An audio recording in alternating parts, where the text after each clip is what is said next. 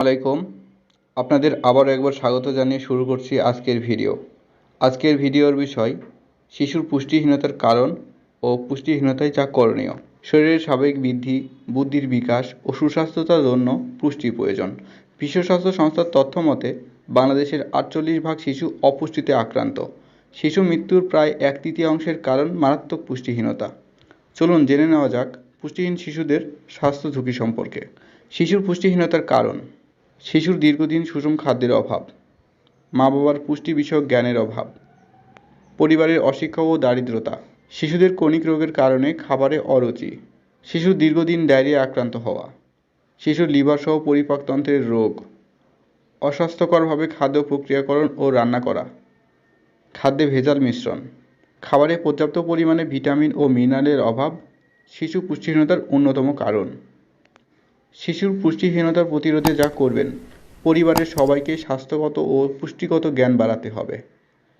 শিশুর পুষ্টিহীনতার সঠিক কারণ বের করে তার চিকিৎসা করতে হবে। শিশুর জন্মের পর থেকে 6 মাস পর্যন্ত শুধু মায়ের বুকের দুধ খাওয়াতে হবে। শিশুকে সময়মতো টিকা দিলে স্বাস্থ্যের সুরক্ষা বৃদ্ধি পাবে। শিশুর 6 মাস বয়স থেকে বুকের দুধের পাশাপাশি পাতলা সবজি, খিচুড়ি, ডিমের কুসুম ও সেমি সলিড খাবার শুরু করতে হবে। শিশুকে খাওয়ানোর সময় ভালোবাসা ও যত্ন দিয়ে খাওয়াতে হবে।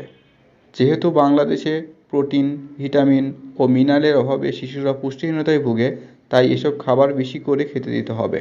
পুষ্টিহীন শিশুদের বিশেষ যত্ন নিতে হবে এবং নিয়মিত ডাক্তারের সেবা ও পুষ্টিকর খাবার খেতে দিতে হবে।